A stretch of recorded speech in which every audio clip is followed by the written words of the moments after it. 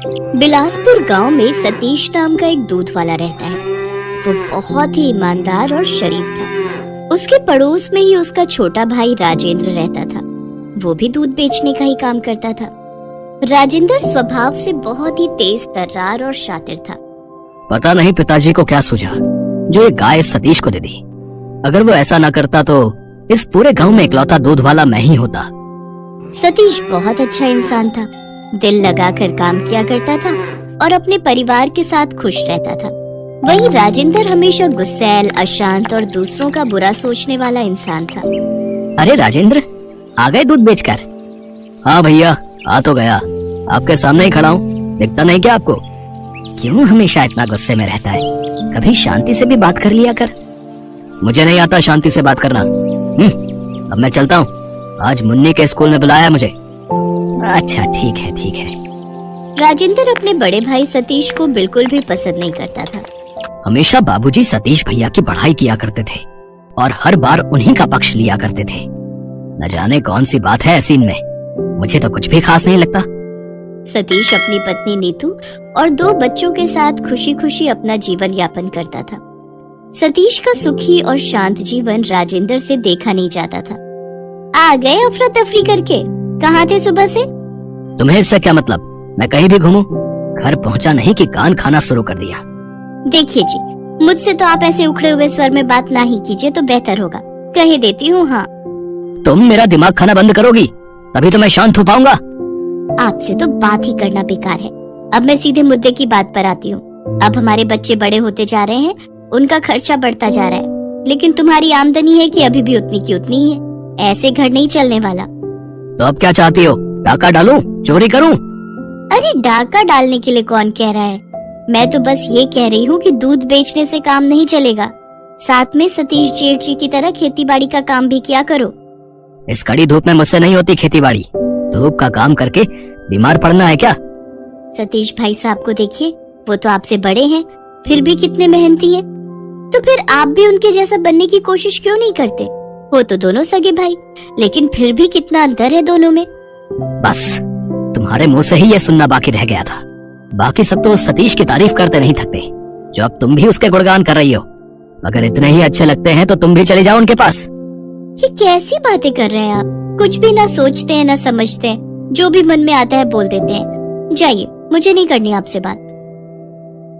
न जाने क्या देख लिया इस पूर्वी ने उस सतीश भाई साहब ने। अब कुछ न कुछ तो सोचना ही पड़ेगा। राजेंद्र सारी रात बैठकर अपनी आमदनी बढ़ाने के बारे में सोचता रहता है। कैसे अपनी आमदनी को बढ़ाया जाए जिसमें समय भी ज्यादा न लगे और आमदनी भी हो जाए। फिर उसके मन में चोरी का विचार आता है। चोरी? हाँ, ये तो अच्छा आइडिया है। कल जब लोगों के घरों में दूध देने जाऊंगा तो सबके यहाँ से थोड़ा थोड़ा कुछ चुरा लूंगा। अगले दिन सवेरे दूध निकालने के बाद जैसे ही राजेंद्र ग्राहकों के घरों में देने जाता है तो वो हर किसी के यहाँ से छोटा मोटा सामान चुपके से उठा लेता और बाजार में जाकर बेच आता। सिर्फ 300 रुपए? इस काम से कुछ खास लाभ नहीं हो रहा। कुछ और तरकीब सोचनी पड़ेगी। एक दिन जब राजेंद्र दूध बेचकर वापस आ रहा होता है तभी उसकी नजर सतीश पर पड़ती है। मुखिया उससे दूध लेते हुए कह रहा था, वाह भाई वाह, तुम बहुत अच्छा दूध देते हो। मेरे घर में तो सभी तुम्हारे दूध की तारीफ करते हैं। जी, मिलावट वाला काम मेरे बस का नहीं, और न मिलावट करना मुझे पसंद है। बाकी मेरी गाय तो है ही। बस यूं समझ लीजिए कि बाबूजी का आशीर्वाद है हम पर। बात तुम्हारी बिल्कुल सही है। अच्छा, अब मैं चलता हूँ। कल भी मेरे लिए 2 किलो दूध बचा कर रखना। जी जी बिल्कुल। राजेंद्र चुपके से दोनों की बातें सुन रहा होता है। तभी उसके दिमाग में एक आइडिया आता है। वो खुशी खुशी घर जाता है और अगले दिन सवेरे तड़के उठकर वो सतीश के निकाले हुए दूध में मरा हुआ चूहा डाल देता है। मुखिया जैसे ही दूध लेने के लिए आता है तो दूध डालते वक्त उसके बर्तन में मरा हुआ चूहा आ जाता है। ये देखकर मुखिया बहुत गुस्सा होता है। सतीश, क्या है ये सब? कल ही मैं तुम्हारे दूध की तारीफ कर रहा था और आज उसमें ये सब क्या है? जी वो मैं कुछ नहीं जानता ये कहाँ से और कैसे इसमें आया। मैं तो सब ढक कर रखता हूँ। आज से मेरे यहाँ तेरे घर से दूध नहीं आएगा बिल्कुल भी। हाँ। ऐसे ही राजेंद्र कभी सतीश के दूध में से आधा दूध निकाल लेता और बाकी बचे हुए दूध में पानी की मात्रा अधिक डाल देता। और ऊपर से उसमें मक्खी, चूहा, मेंढक डाल देता, जिससे कि सतीश के ग्राहक घटने लगे और राजेंद्र के बढ़ने। राजेंद्र पहले तो अपना दूध बेच कर आता और फिर सतीश के चुराए हुए दूध को बाजार में बेच आता और खूब मुनाफा कमाता। वैसे तो मैंने उसके काफी ग्राहक कम कर दिए, लेकिन अब मुझे कुछ और भी सोचना होगा, जिससे कि उसके बचे हुए ग्राहक भी मेरे पास ही आए। अब तो मेरे पास एक ही उपाय है और मैं उसे भी करूंगा। मेरा ये उपाय काम कर गया तो फिर इस गांव में इकलौता मैं ही दूध बेचने वाला हूंगा और सभी ग्राहक मेरे पास ही आएंगे। फिर तो मेरी चांदी ही चांदी। अगले दिन सुबह जल्दी उठकर राजेंद्र सतीश के दूध में जहर डालकर आ जाता है। इस बात से अनजान सतीश सभी ग्राहकों को दूध बांटने जाता है, जिसे पीते ही कुछ की मृत्यु हो जाती है तो कुछ अस्पताल में भर्ती हो जाते हैं। सभी उसके घर के बाहर जाकर हंगामा करने लगते हैं और उसके घर पर जोर जोर से पत्थर मारने लगते हैं। अरे रुको भाई, क्या हुआ? ये सब क्या हो रहा है? सतीश घर के बाहर जैसे ही आता है, सभी उसको पकड़कर मारने लगते हैं। कुछ देर में पुलिस भी वहाँ आ जाती है और वो सतीश को पकड़कर ले जाने लगती है। तभी सतीश की पत्नी नीतू और बच्चे जोर जोर से रोने लगते हैं। नीतू पुलिस से कहती है, रुक जाइए साहब, मेरे पति निर्दोष है, इन्होंने कुछ भी नहीं किया।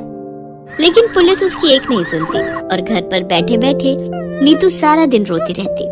एक दिन वो सोचती है, आखिर कौन है वो जिसे इनके जेल जाने से फायदा हो सकता है। तभी उसका ध्यान राजेंद्र पर जाता है और वो उस पर नजर रखनी शुरू कर देती है। अब गांव में इकलौता राजेंद्र ही दूध वाला था। उसकी अब खूब कमाई होने लगी थी। वाह वाह वाह, उस सतीश के जेल में रहने से मुझे कितना फायदा हो रहा है। मेरी कमाई दुगनी हो गई। अब तो राजेंद्र खूब खर्चा करता, जेब में खूब पैसे लेकर घूमता। अब बोलो पूर्वी, मैं उस सतीश से बेहतर हूँ कि नहीं? देखो देखो, अब कितनी कमाई हो रही है, हैं? अगर ऐसे ही कमाई होती रही ना तो कुछ दिनों में मैं हमारे लिए एक नया घर ले लूंगा, बड़ा वाला। हाँ जी, ये तो कमाल ही हो गया। आपकी कमाई तो अब खूब अच्छी हो रही है। अच्छा, मैं सोच रही थी कि पहले तो पैसों की तंगी की वजह से मैं मायके नहीं जा पाती थी, लेकिन क्या अब हो आऊं? हाँ हाँ, क्यों नहीं, जितने दिन रहना चाहती हो रहो। अब मैं बहुत खुश हूँ। अगले दिन पूर्वी नीतू के पास जाती है और उससे कहती है, भाभी, मैं कुछ दिनों के लिए मायके जा रही हूँ, क्या आप इन्हें खाना बनाकर दे देंगी? हाँ हाँ पूर्वी, क्यों नहीं, ये भी कोई कहने की बात है। रात को जब नीतू राजेंद्र के लिए खाना लेकर आती है तो देखती है कि राजेंद्र नशे की हालत में होता है। अरे भाभी, आप यहाँ? हाँ, खाना देने आई हूँ। रख दीजिए।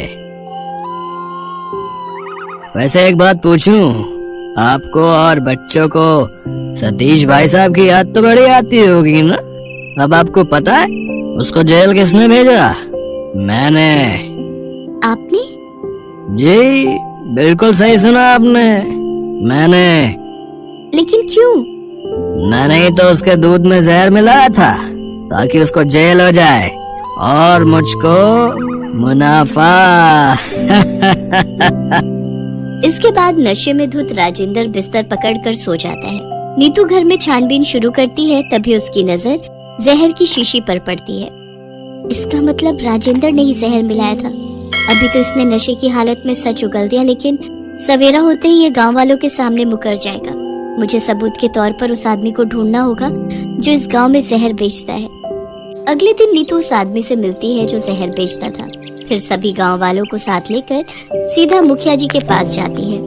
राजेंद्र भी वहाँ होता है। लेकिन किसने फंसाया उसे? मेरे पति को फंसाने वाला कोई और नहीं बल्कि ये राजेंद्र है। पर ये तो सतीश का छोटा भाई है, वो ऐसा क्यों करेगा भाई? आइए भाई साहब, आगे आइए और बताइए, ये जहर की शीशी आपसे किसने ली थी? जी ये जहर मुझसे राजेंद्र जी ने लिया था। जिस दिन राजेंद्र ने ये जहर लिया था उसके अगले दिन ही ये घटना घटी थी। राजेंद्र क्या कह रही है नीतू? क्या ये सब सच है? मुझे माफ कर दीजिए मुखिया जी, ज्यादा पैसों के लालच में मैंने ये सब किया ताकि मेरी कमाई अच्छी हो जाए। अभी के अभी राजेंद्र को जेल भेजा जाए भाई, है? और सतीश को छुड़वा कर इज्जत के साथ गांव वापस लाया जाए। और आज के बाद इस गांव में कोई भी जहर नहीं बेचेगा। अगर कोई ऐसा करता पाया गया तो उसे दंड दिया जाएगा। राजेंद्र को गिरफ्तार कर लिया जाता है और सतीश को इज्जत के साथ गांव में वापस लाया जाता है। सभी गांव वाले सतीश से माफी मांगते हैं और वापस से सतीश से दूध लेना शुरू कर देते हैं।